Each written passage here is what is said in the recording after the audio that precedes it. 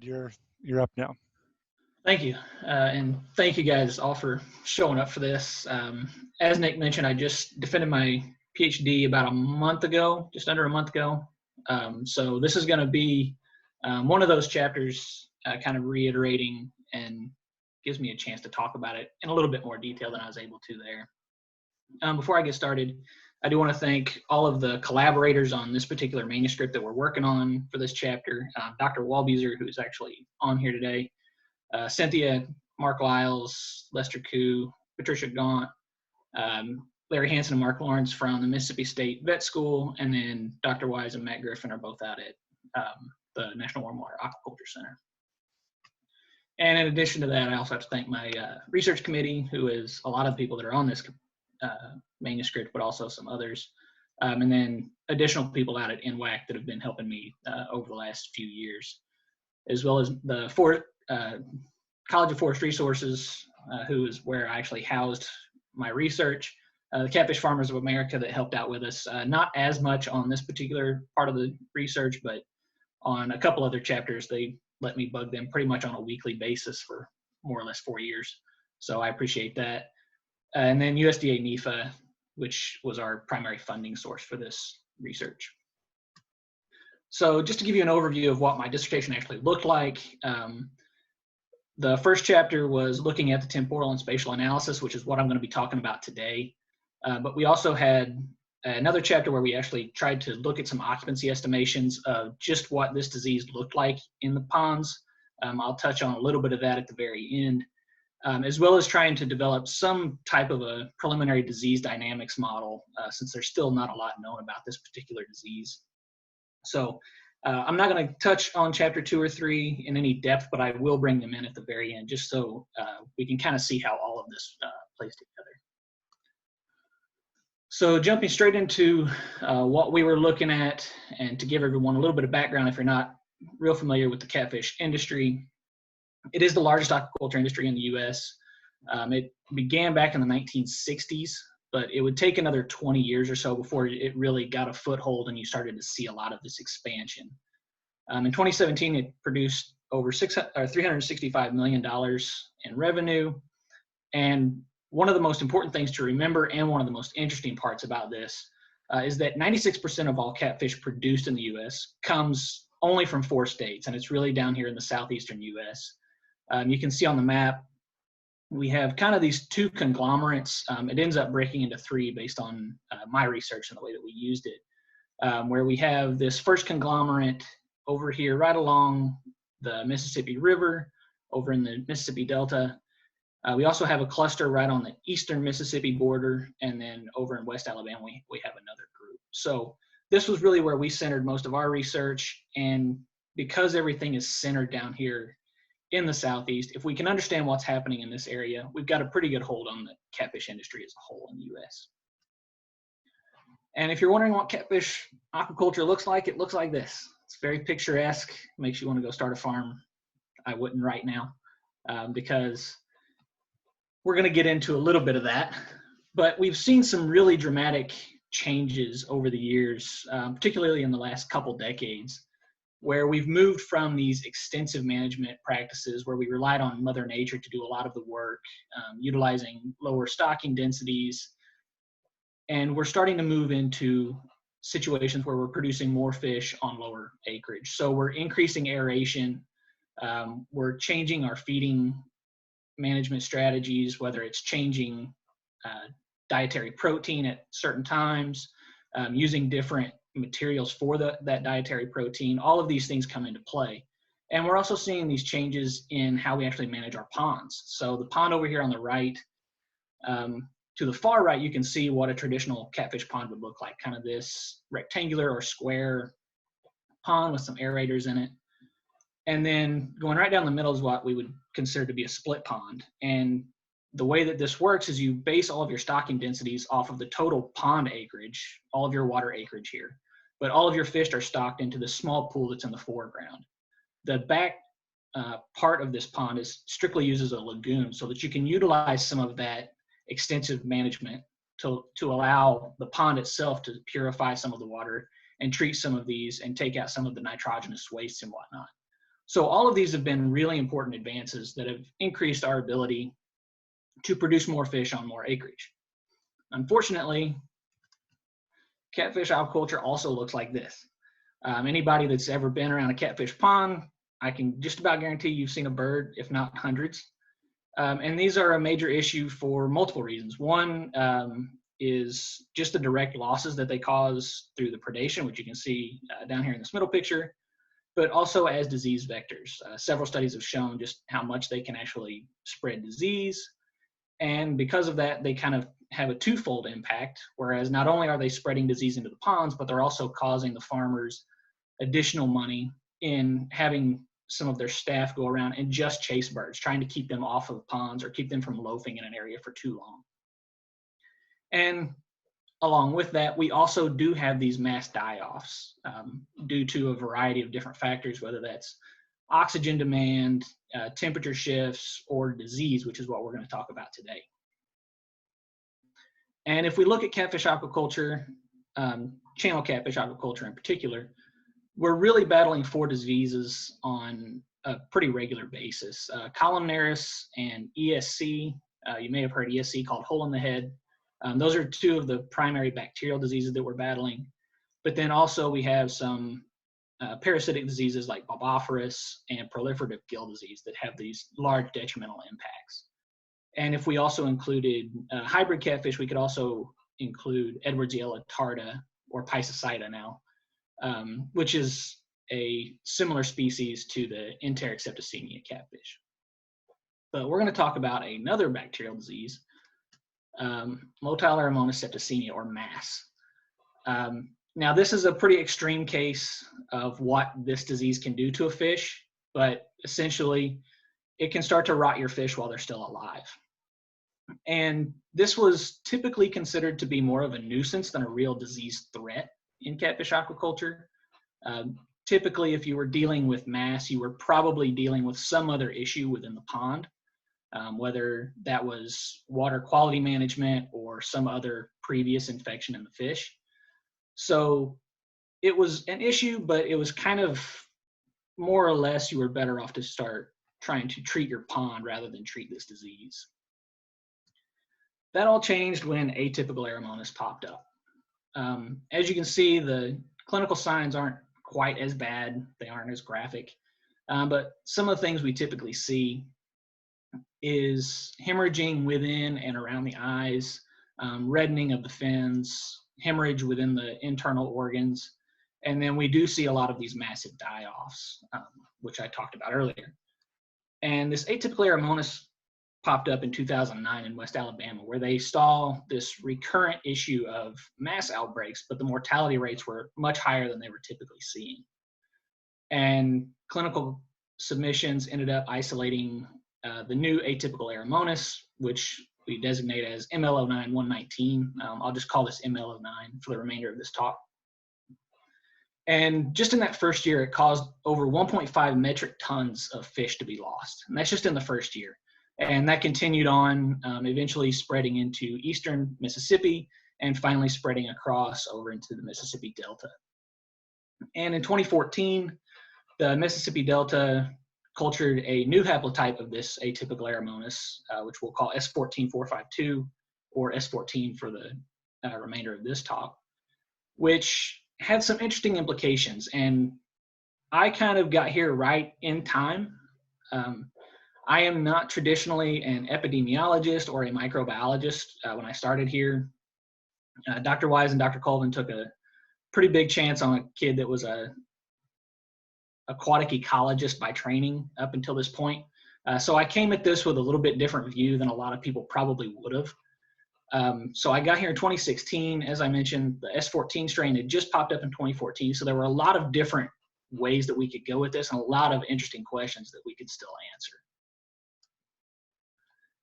And so as we were getting ready and trying to decide kind of where we wanted to go with this and some of the things we wanted to look at, we landed on this genomics idea and looking at the spatial and temporal distribution based on a few different things. First of all, anecdotally, if you talk to the farmers and the farm managers, there does appear to be some type of difference in the mortality dynamics between the two haplotypes.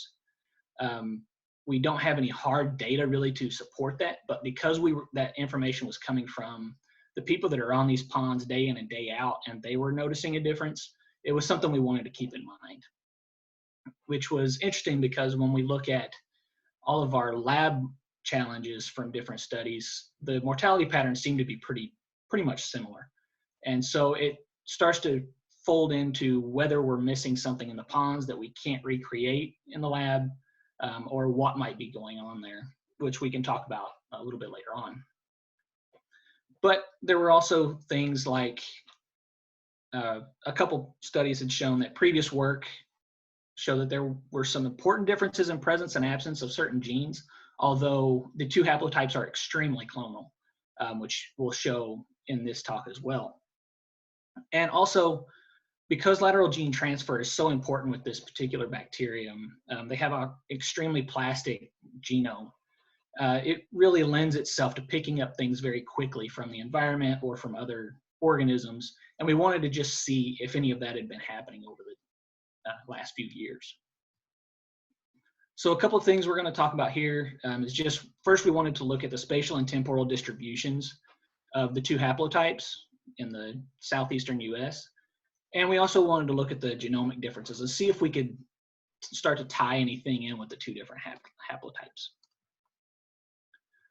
So to give you an idea of kind of what we did, we contacted the 3 diagnostic labs that handle the 3 major areas of catfish aquaculture in the Southeast.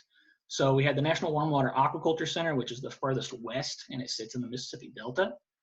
We got a hold of the Mississippi State University Vet School to see what they were willing and able to provide for us. And then we also got in contact with Auburn University, which handles most of the Western Alabama isolates. All of them were willing to supply us with some cryo stocks. So once we got those in, we revived those on LB Auger, and then we used a manufacturer's Gentrapure gene tissue kit to start isolating the DNA. And then we used PCR to go through and get some of the identifications. And I'm sure basically everybody here is pretty in touch with what PCR is, but just in case you're not, you essentially go through a loop of raising the temperature to separate your 2 DNA strands. You attach a specific primer to that that's looking for a specific sequence within your target DNA. You elongate that to create the complement, and then you repeat this cycle over and over to create hundreds of thousands or even millions of copies of your DNA sequence so you can start to analyze it. And so we used PCR with electrophoresis to look at the identification of these 2 haplotypes. The S14 strain has a slightly larger PCR product than the ML09. So based on where those white lines show up, we were able to determine which isolate and which haplotype we were looking at. If for some reason an isolate did not amplify on the original PCR, then we would use a qPCR that was validated by Griffin et al. In 2013, so that we could tell whether that isolate was typical Aeromonas or atypical Aeromonas hydrophila. And if it didn't amplify there, then we used gyrase B or 16S sequencing to make sure that we had an identification for each isolate that we looked at. And so to give you an idea of kind of what we had to work with, the 3 different clinical labs were providing us with over 250 isolates. The NWAC group out in the Mississippi Delta, we had isolates from 2013 through 2018, so a complete span of those years. The Mississippi State Vet School provided us with isolates from 2016 and 2018. And then Auburn was able to provide us with isolates from 2009 through 2015. So not a ton of temporal overlap between the 3, but we were able to look at each area individually and start to look at the temporal analysis there. And just as a kind of an aside, 93% of the isolates that they provided for us were atypical Aeromonas. There were a few that appeared to slip through the cracks. 16 of them were typical Aeromonas. And then we also had 2 individuals from Aeromonas sabria and 2 from Veronii as well.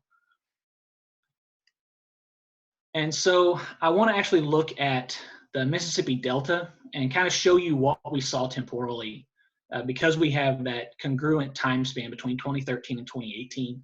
It gives us a good full picture of what's happening in this area. And then I'll talk about the Mississippi State Vet School isolates as well. So what we're going to see is just a simple stacked bar plot here with the proportion of isolates on the y-axis. That could also be the proportion of cases that we looked at. And then for each year coming through across the x-axis. And then the isolates will be color-coded based on what haplotype or species they were. So in 2013 in the Mississippi Delta, we had 17 cases come through and all of them were ML09. Wasn't real exciting, but that did give us some pretty good evidence that at least we didn't miss S14 before it showed up. It hadn't been here for a year or two before we noticed it, so that was a good thing. In 2014, we had 14 cases come through, and this is where we started to see S14 show up. At this point, it was about 20% of the cases that came through. But then the next year is where something really interesting happens. We had 22 cases come through, and over 80% of them were S14. So within just a year, we saw a substantial increase and it starts to raise questions about what's happening here. In 2016, this trend continued. We were up to about 85% of our cases being S14, with ML09 again still on its way out. And then in 2017 and 2018, we have not recovered ML09 from any clinical case submission since then. We have had Aeromonas sabria show up in 2018, but ML09 appears to be completely gone, at least from the Mississippi Delta and the isolates that we've looked at. So I'll come back to this at the end. But we wanted to take this a step further. And so we really wanted to jump in the genomics, but with 250 isolates, that was kind of a stretch based on how much time we had left before my defense. And so we decided to choose just 40 isolates arbitrarily from those 250 and making sure that we covered the entire spatial and temporal distribution of everything that we had. Just like before, we revived all of those on LB Augur. And instead of taking the individual colonies and going straight into DNA isolation, we expanded those in porcine BHI broth and then concentrated those pellets and used those for our actual DNA isolation, which gave us a little bit more material to work with. So once we had all of that, all of the DNA isolated and cleaned up, we went to Dr. Jeff Walbeezer, who was fantastic and really helped us out with the nanopore technology for genome sequencing. And we used our rapid barcoding kits, which, similar to a barcode in the grocery store, it ties a simple barcode to each individual isolate that you're using so that when all of the sequences come back, you can tie each barcode to an isolate, and that's what you can use when you're doing your assemblies. And then we went to the NCBI database to pull genes from the type strain of Atypical Aeromonas, which is ATC 7966. This is an environmental isolate that was originally isolated from milk, from a milk carton, and it's kind of used as the baseline for a lot of the Aeromonas hydrophila studies. And then we use Genius Prime to go through and make our alignments and look at some of the analyses and some of these similarities between genes. I won't go into everything that we looked at, but we used a variety of housekeeping genes as well as several different virulence factors, primarily those that were used by Rasmussen Ivy et al. In 2016 and then A1 et al. In 2018. So we investigated 115 individual genes. So we went into the NCBI database, pulled all of those individually, and then blasted those against our database of the 40 that we had. And the shortness of it is they're highly clonal. It wasn't a ton of exciting colors to see on a heat map. There was a lot of things that were pretty much identical. Just to give you an idea, this is 6 genes from the type 1 Fimbriae. And you can see each of the 6 genes is across the bottom axis. Across the right-hand side is each individual isolate that we used, which is not quite as important for this particular talk as the left-hand side, where I've color-coded what each group, each isolate belongs to. So starting at the top, the dark green is Aeromonas sabria. We had one of those. We had one isolate from Aeromonas veronii. And then we had a few isolates that were atypical Aeromonas that we did not ourselves sequence, but had been sequenced by previous studies. And then kind of the olive green is when we get into the ML09 strains. The lime green down below that is all of our S14 strains that we sequenced. And then finally we get into the tan color, which is where we have all of the typical Aeromonas. And so if we look from column to column to see what we have going here, you can see there's not a lot of color shifts, particularly when you're looking at all of the atypical Aeromona strains. So that would be the three largest bars kind of in the middle of the screen. FIM-E was a really interesting isolate for me because it's missing from every other isolate except for typical Aeromonas. I decided to go back and look at this, and I pulled the nucleotide sequence from AL0606, which is the only other isolate that had that gene in it. And when we use the exact same information, exact same isolates, this is what that would have looked like. And so it starts to lend itself to, we need to really pay attention to what gene what isolate we're pulling genes from. AL0606 is a typical Aeromonas hydrophila, but it is actually from a fish host. It was isolated from a goldfish as opposed to the ATCC isolate, which is an environmental. And so exactly what's happening there and whether this was kind of an intermediate between the environmental or a fish host, it really raises some interesting ecological questions and some things that showed up more often than not. AL0606 was really pretty common to AL0971 in several of these instances, which I won't have time to get into today, but those were some interesting revelations. And then if we look at the type 4 pilus, you can see we had a little bit more variation, but everything is still pretty highly clonal. Very few things get below about 85% similarity. But then we got into the type 6 secretion system, and this is kind of where we knew things were going to be different based on presence-absence ideas. Rasmussen and IAB et al., as well as other studies, had shown that the type 6 secretion system was missing from the ML09 strains, which is what that big white block in the middle of the plot shows. And it's pretty much all there. That entire secretion system is pretty much there in the S14. It did hold all of the isolates that we had, or that we looked at. But we wanted to look at this from a little bit deeper standpoint. So it's one thing to say whether a gene is there or not, but it's a little bit more to actually be able to visualize that and see what is missing. So this is what the type 6 secretion system looks like. You can think of it more or less as a small microbial harpoon gun, is one way to look at it, where they form this needle and then they more or less use that needle to shoot and inject effector proteins into other cells. And so if we look at what's missing from the ML09 strains and what's present in the S14, the ML09 strain has the ability to form the needle, but it's missing most of the structural genes that allow it to create the firing mechanism and create the pore within its membrane. So this may be where some of that supplanting of the S14 is coming from.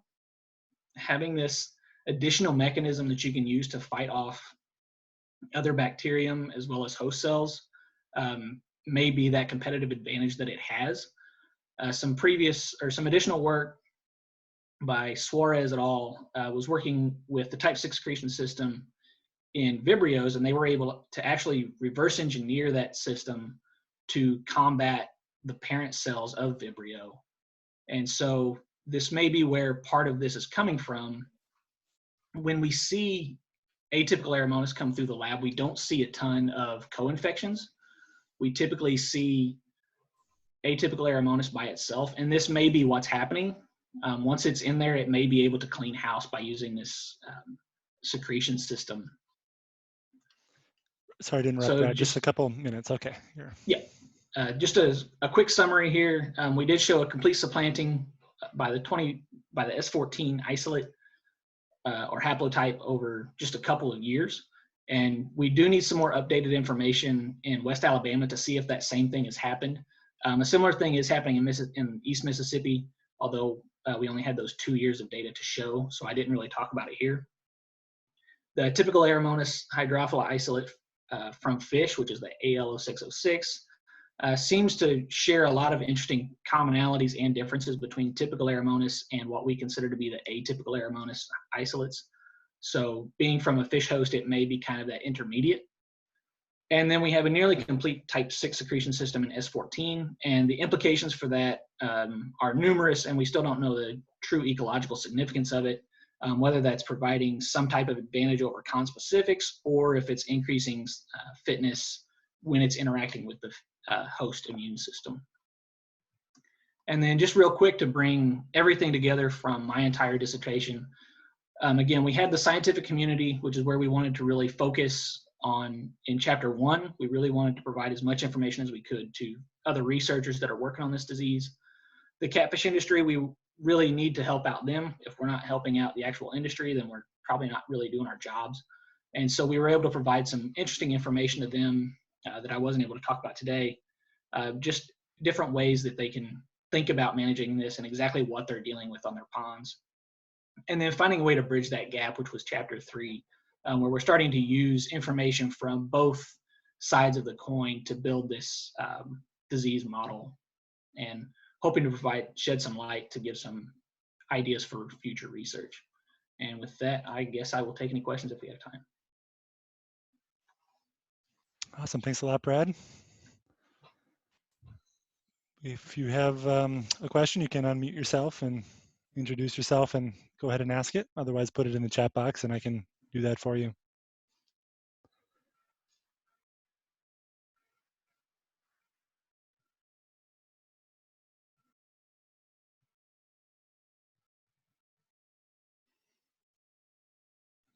Okay, we have nothing in the chat box right now, but someone might be typing, so I'll just, one last PSA, I put in the chat box for all of you the website for future seminars. We've got 2 really good ones next week. The link for that will be on that website.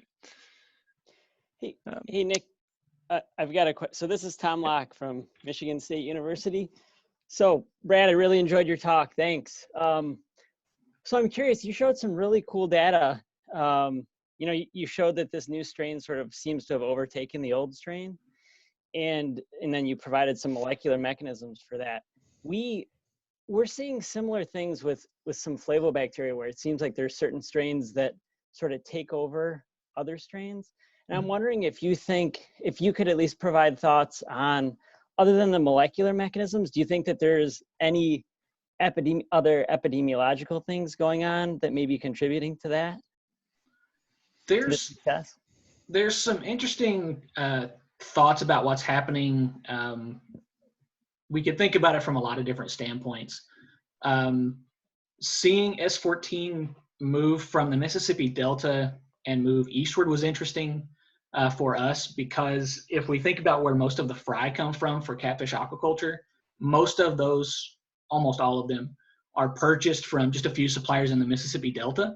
So we might have a transport mechanism, at least from that standpoint, moving west to east.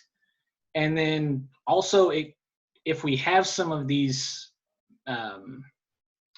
differences in mortality events, with MLO9 typically being more severe based on the anecdotal evidence, we may have more or less, those first few years just wiped out, the most susceptible individuals to the MLO9 strain. And kind of what we're left with are those that are a little bit more resistant, so we don't see it show up until S14 hits, and whether that's happening there.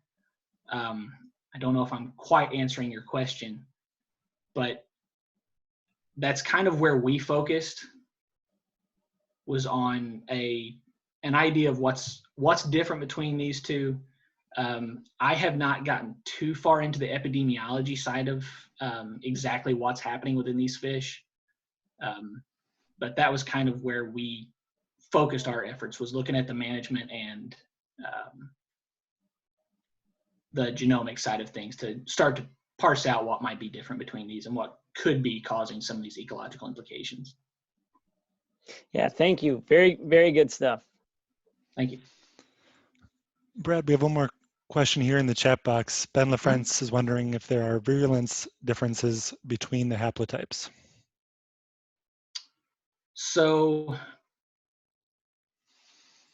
can you be more specific on what exactly you're asking as far as the virulence goes? I cannot be, but Ben, if you're still on and want to unmute yourself or put it in the chat box. There you go. I think I got it unmuted. Okay. I was just curious if any laboratory studies have been conducted to show whether one haplotype is more virulent than the other. Right. Okay. I figured that's the way you were going, but I wanted to make sure. So one of the biggest issues that we're dealing with this disease, and one of the reasons we started doing the disease dynamics model, is that it is extremely difficult to get fish to get them sick in the lab with Aeromonas. Right now, we've done IP injection studies. Several studies have put those out, and those tend to show very similar virulence. Mortalities are all pretty much the same. You kill everything within about 24 to 48 hours. When you start to do the water bath challenges or immersion challenges, you have to somehow damage the fish. Typically, this is done with clipping the adipose fin, and we do get a little bit better susceptibility there. But overall, the mortalities are still pretty much the same.